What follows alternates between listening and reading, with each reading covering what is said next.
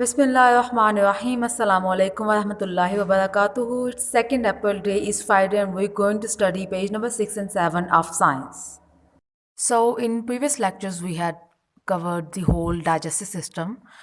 In today's lecture, we are going to look at some of the common digestive problems जो कि आपके digestion में कोई problem अगर होता है तो उसकी वजह से आपको जो diseases या problems cause हो सकती हैं उसकी तरफ हम आज देखेंगे. So what are these? First, there is indigestion. When food is not chewed properly and is swallowed too quickly, it remains undigested. This is called indigestion of food. तो क्या होता है जब आप अपने फूड को सही तरह च्यू नहीं करते और उसको फ़ौरन से जब आप swallow कर लेते हो प्रॉपरली वो उसकी डाइजेशन नहीं हो पाती तो उस कंडीशन को हम indigestion कहते हैं. तो उसमें होता क्या है कि the stomach releases a large amount of gastric juice to digest it. Obviously we had seen in the previous lectures कि आपकी डाइजेशन आपके माउथ से ही स्टार्ट हो जाती है जब स्लाइविक ग्लैंड्स स्लाइवा रिलीज करता है. तो when you are not properly giving it time to digest, then what will happen कि जब वो स्टमक में जाएगी तो स्टमक को सारा काम करना पड़ेगा और वो अपना गैस्ट्रिक जूस लार्ज अमाउंट में सिक्रीट करेगा. Sometimes the acid moves to the esophagus and cause a burning sensation called heartburn, जिसको हम कहते हैं. तो जब लार्ज अमाउंट में आपका गैस्ट्रिक जूस प्रोड्यूस हो रहा है तो वो आपका समटाइम क्या होता है कि ऊपर की तरफ मीन्स के आपके यहाँ पर if you look at this तो आपके स्टमक से आपके एसोफेगस की तरफ आता है.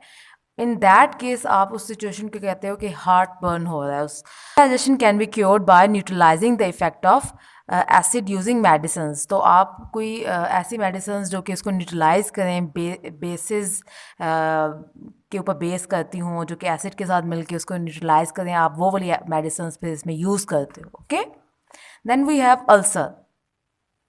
Ulcer you must have heard it as well कि ये आपका हम उर्दू में हम कहते हैं कि मैदे में ज़ख़म बन गया. ठीक है, तो अल्सर में एक्चुअली होता क्या है कि when a large amount of gastric juice is released in stomach the digestive enzyme start to break down walls of the stomach. ठीक है, अल्सर में आपका जो स्टमक है वो लार्ज अमाउंट में गैस्ट्रिक जूस प्रोड्यूस करता है. और आपको पता है गैस्ट्रिक जूस में आपके पास हाइड्रोक्लोरिक एसिड होता है. हमने प्रीवियस क्लास लेक्चर्स में हमने देखा. तो हाइड्रोक्लोरिक एसिड फिर स्टमक की ही वॉल्स को डैमेज करना स्टार्ट करता है, उसको ब्रेक डाउन करना स्टार्ट कर देता है.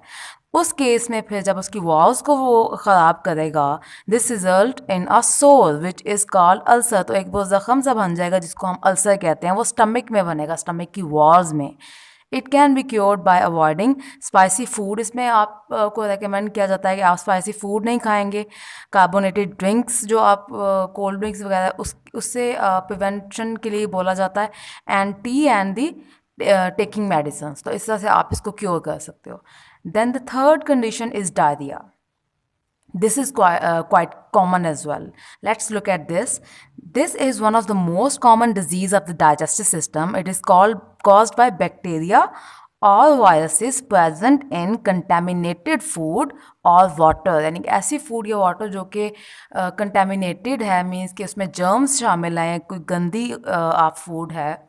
तो उससे क्या होता है कि उसमें अब उस फूड में जो प्रेजेंट बैक्टीरिया और वायरसेस है ना वो आपकी ये डायरिया कॉज करेंगे. और इस कंडीशन में होता क्या है, in this condition water and salts are not absorb by large intestine. तो इन दिस कंडीशन वो एब्जॉर्प्शन आपकी नहीं हो पाती. Water and salts are not absorb by the large intestine due to infection. As a result the body excretes watery faeces. ठीक है, तो फिर आपके जो फीसेस हैं वो वाटरी होंगे ऑब्वियसली क्योंकि आपका वाटर एंड सॉल्ट तो एब्जॉर्ब ही नहीं हो रहा. तो फिर ऑब्वियसली वाटर आपका सारा फिर फीसेस में ही आएगा. This condition of diarrhoea can be prevented by keeping yourself and your surroundings clean, drinking boiled और filter water and eating properly cooked food. ठीक है, इन सब चीज़ों को जब आप कंसिडर करेंगे तो you will be able to prevent this. Then on page number 7 there is constipation. This is quite common as well. तो constipation में क्या होता है कि if absorption of water occurs excessively in large intestine it leads to hardening of feces.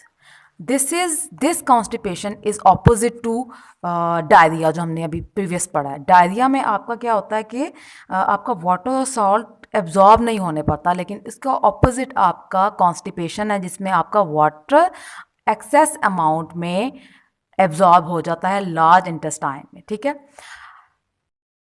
अब इसकी reason क्या है, Y water is absorbing excessively. इसकी रीज़न ये है कि आप इनटेक कम कर रहे हो, वाटर पानी कम पी रहे हो, जिसकी वजह से बॉडी को तो ज़रूरत है वाटर की, तो वो कैसे फिर वाटर लेगा, वो आपकी जो फूड है उसमें से एक्सेसिव सारा वाटर ही एब्जॉर्ब कर लेगा. ठीक है, इस condition is called constipation. In this condition passing faeces out of your body becomes difficult. ठीक है, आप उस फीसिस को पास करना फिर ऑब्वियसली डिफिकल्ट हो जाएगा, because it is hardened. It is cause by lack of intake of water और फाइबर्स फूड. जब आप कम खाते हो ऐसी फूड जिसमें फाइबर्स हों, जैसे पालक हो गया, सैलड हो गई. ठीक है, जैसे हम कहते हैं कि माल्टे के जो आउटर जो वाइट वाइट फाइबर्स होते हैं वो नहीं निकालने चाहिए. तो इस तरह की चीज़ें जब आप कम फाइबर्स खाते हो फूड में, देन आपको ये भी प्रॉब्लम हो सकता है. It can be prevented by taking large amount of fluids, eating healthy and fibrous food, and doing exercise daily. So make sure that you are drinking a proper amount of water and you are taking salad in your diet. तो इस फिर आप इस conditions को जो है वो prevent कर सकते हो. Okay, so food is broken down into smaller components during process of digestion, but where does this energy come from? हाँ, ये तो हमें पता है कि food ब्रेक डाउन हो रही है. हमने कहा था कार्बोहाइड्रेट्स ब्रेक डाउन हो रहे हैं, प्रोटीन्स ब्रेक डाउन हो रही है. तो ऑब्वियसली किसी चीज़ को ब्रेक डाउन करने के लिए एनर्जी तो चाहिए होती है. एनर्जी ये आती कहाँ से? We will discuss about that in our next lecture. जब हम रिस्पायरेशन को पढ़ेंगे, then you will be able to understand कि आपकी फूड कैसे ब्रेक डाउन होती है. Okay, so this was it for today. Hope you have understood. If you have any question, you can ask me in the class. Jazakallah.